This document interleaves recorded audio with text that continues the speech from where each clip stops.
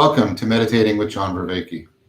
I'm a cognitive psychologist and a cognitive scientist at the University of Toronto, where I academically and scientifically study, research, and teach about mindfulness and related phenomena like insight, flow, mystical experience, awakening experience, higher states of consciousness, the cultivation of wisdom, and the aspiration towards enlightenment.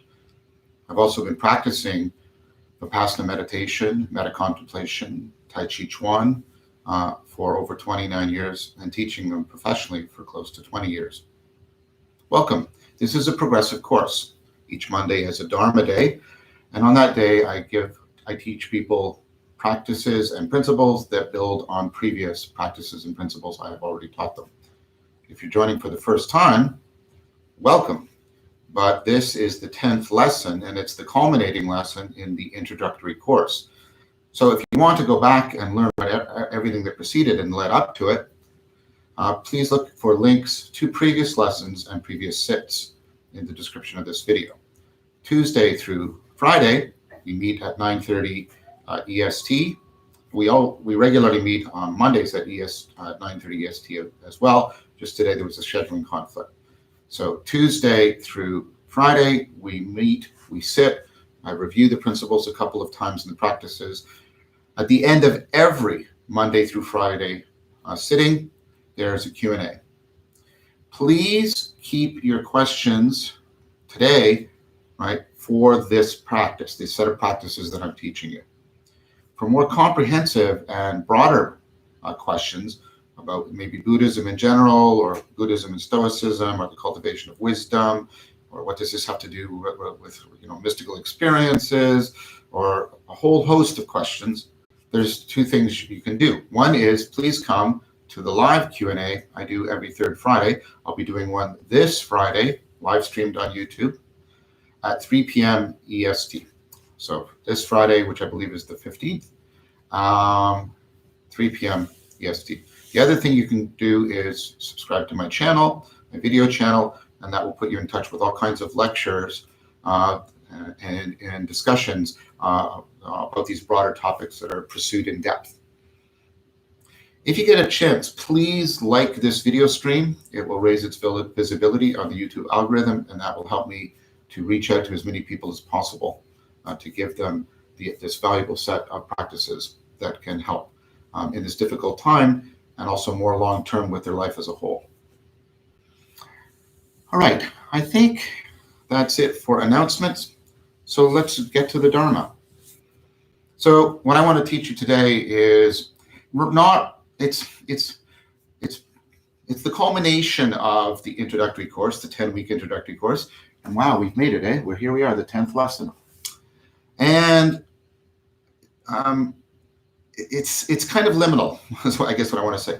I put it here because it acts as the capstone, but it's also the thing that bridges you into more advanced practice. So this is a practice you should start doing, and I'll explain how to schedule it in a few minutes.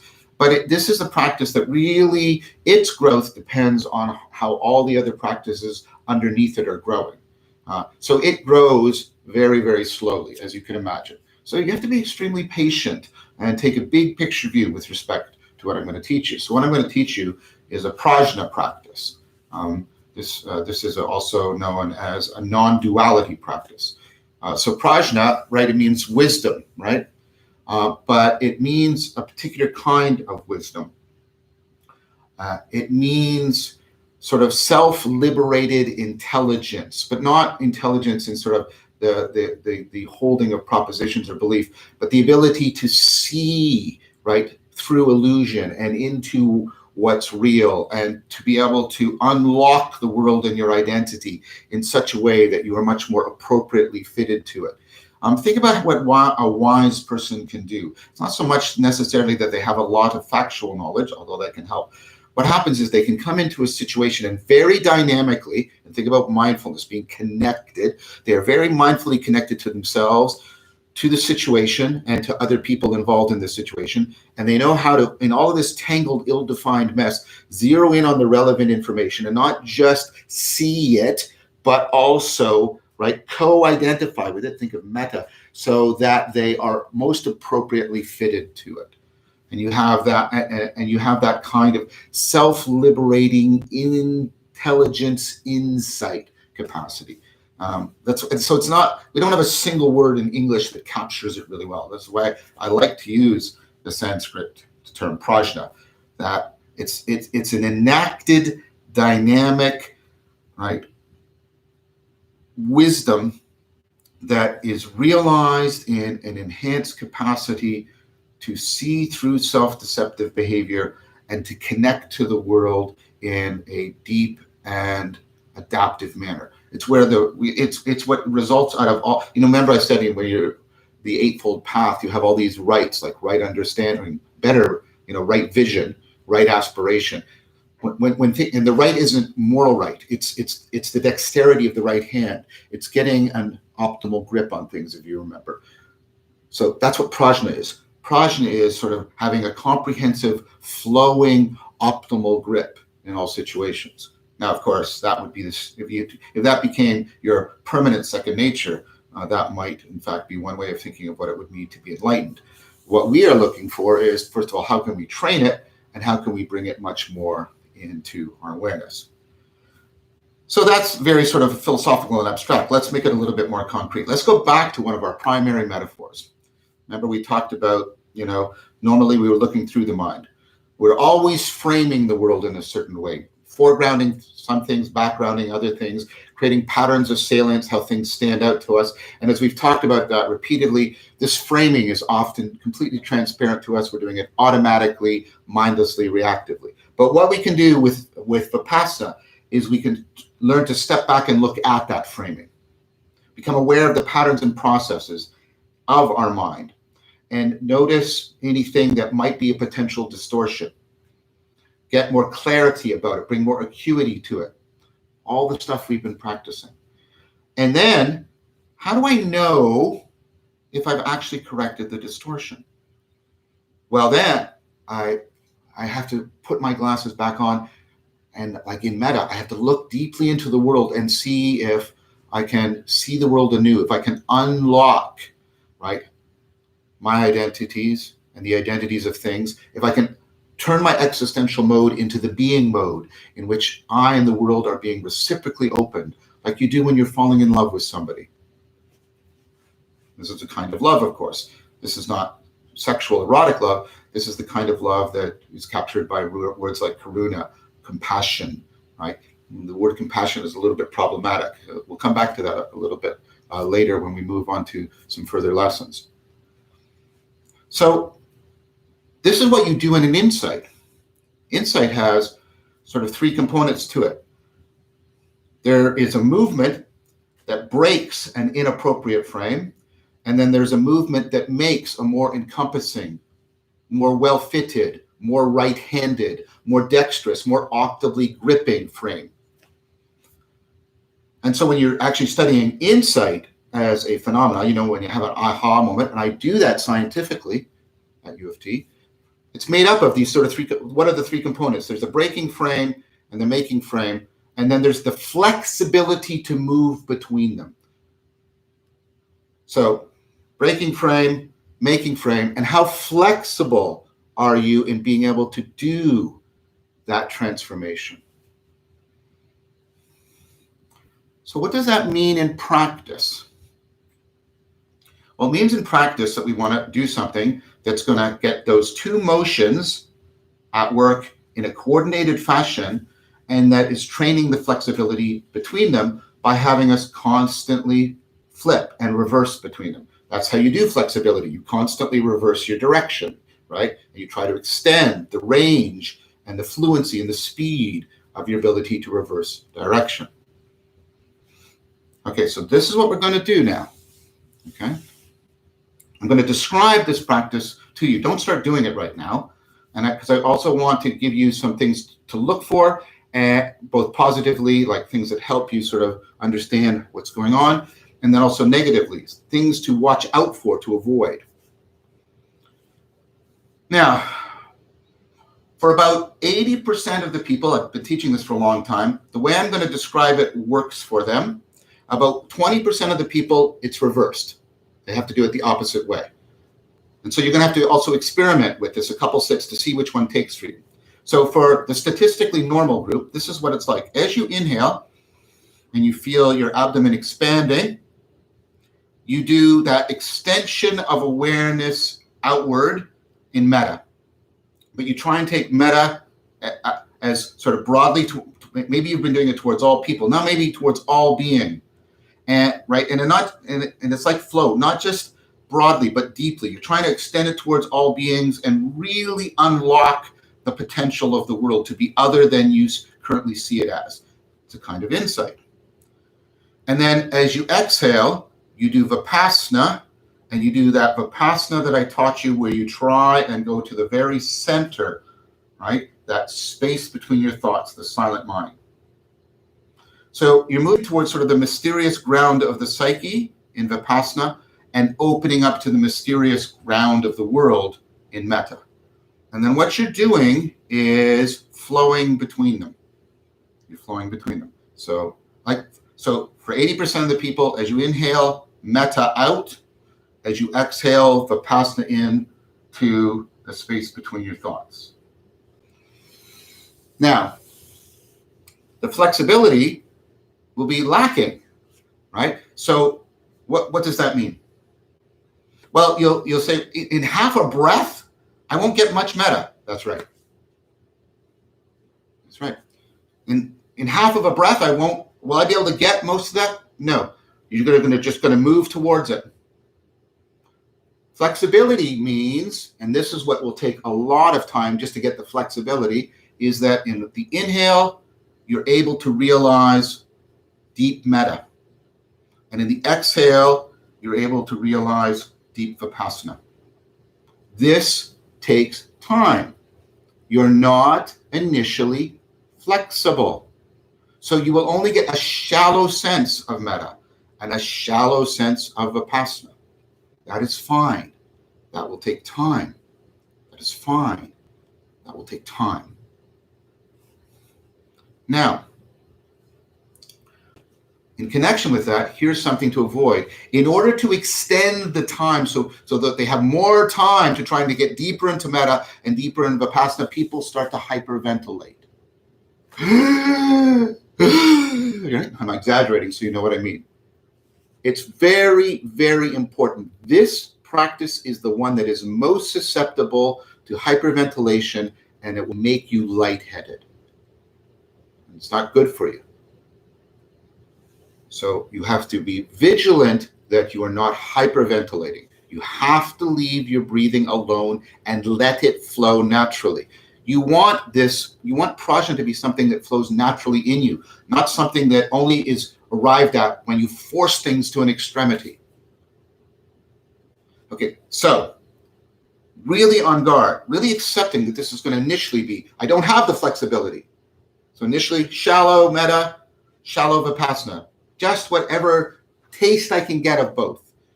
And not hyperventilating, not hyperventilating. You'll do this for a long time. For a long time, all you're going to be doing is developing the flexibility. Now notice that prajna is only as good as you are practicing metta and deep Vipassana. And trying to extend metta a little bit farther, by the way. Like if you've only been going up to like people, maybe all sentient beings, and then after a while more beings, okay? So it's very crucial that the progress that you're looking for initially is just that in a natural, unforced breath, I can move into deep metta. So I have to be practicing metta a lot, and I have to be doing this a lot before that will occur. And then in the out breath, I get into deep Vipassana, right? So I have to be practicing Vipassana a lot, deep Vipassana, and practicing this prajna practice a lot before that will happen. So that's going to take a long time. Once they both are deep, right, then you'll just be there for a while, just getting the flexibility to become very second nature, that flow. Then what starts to happen is you start to get a foreground background thing. So while I'm sensing metta, I still have a background awareness of the depth of Vipassana that I was touching. And then it goes like this. starts to go like this. And then I start to be able to feel them both active in my breath. This takes a long time. And then it's all at once. Simultaneously, as deeply out and as deeply in. Mystery to mystery, ground to ground, the deepest possible reciprocal opening, the deepest resonance. You're in the state, right, of non-duality. Your awareness is not subjectively oriented or objectively oriented. It's transjectively oriented. This is the place that is optimal for optimizing your optimal grip, for affording deep, deep insight, not just intellectual insight, but insight at the very level of the identity of yourself and the world. This is a fundamentally liberating form of intelligence insight. Prajna. This will not be something that happens to you tomorrow, next week, next month, maybe not even this year. Okay? This takes a long time before it comes in. That's what I mean when I said this practice is liminal. You can start it with an introductory set of skills. That's because you have to start somewhere. But you will go through these stages for a very long time. All you will be doing is developing the flexibility. Then you will start to develop some of the simultaneity, and then you will get the gestalt of Prajna. And then more and more, as you practice that, it will be there, available to you, and it will start to presence itself to you. So now you should think of yourself having this kind of practice. Always one day start with basic Vipassana, do basic Vipassana, and then lead into deep Vipassana. Next day, do metta, trying always and gradually to be extending metta. Third day, Prajna. Do that twice, so you get 3 and 3. Okay? Vipassana, basic into deep, metta, deepening it, Prajna. And then again, Vipassana, basic into deep, metta, deepening it, and Prajna. On the 7th day, do one of the other things, like perhaps meditative questing, in order to refine and enhance inquiring mindfulness. Okay, so that's the practice. Don't rush into it. I recommend doing some, basic Vipassana first, reminding yourself, sati, enacted remembering. Oh yeah, this is what Vipassana feels like. Then a bit of metta. Perhaps your most extensive metta that you have been practicing regularly.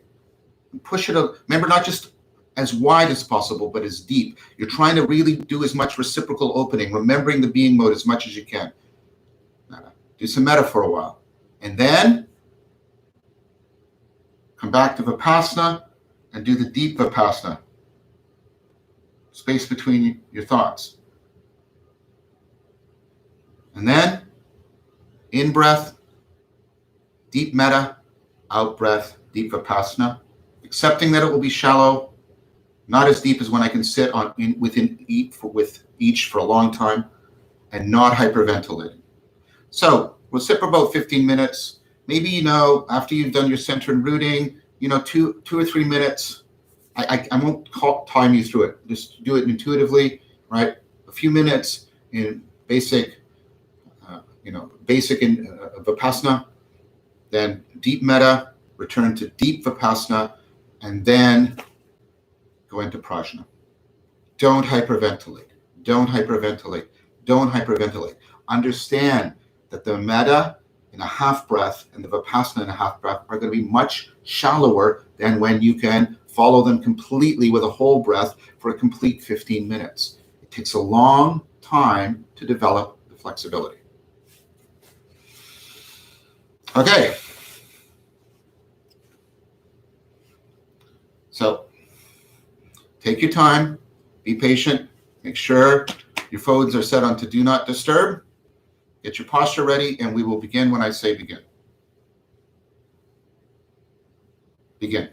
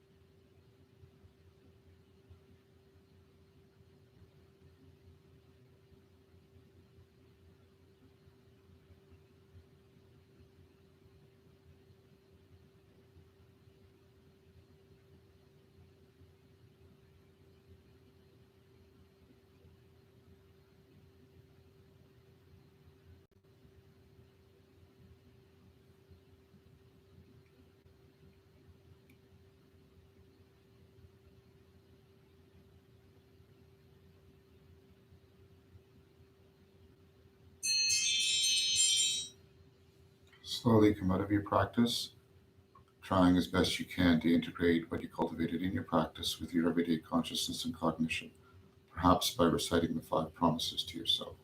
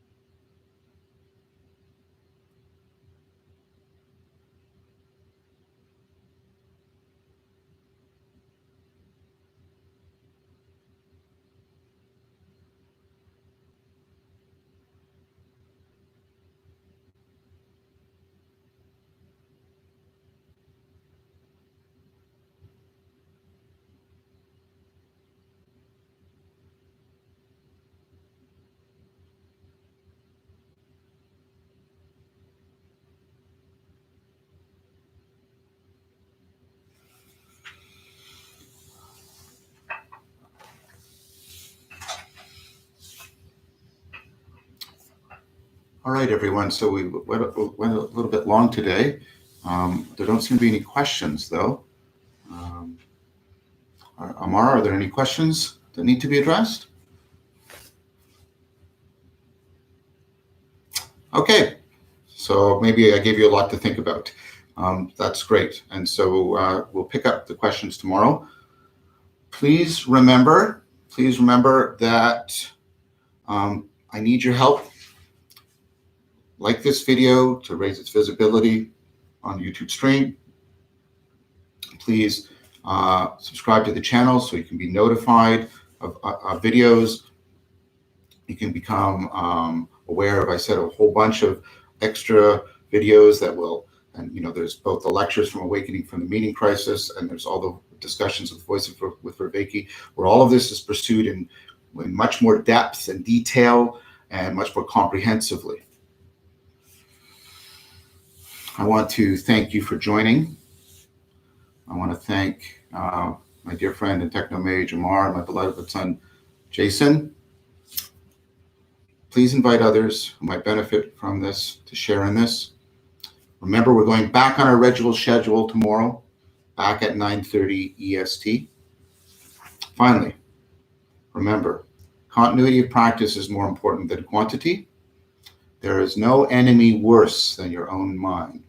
There is no ally, no friend greater than your own mind. Take care, everyone. Keep practicing. We'll see you tomorrow morning.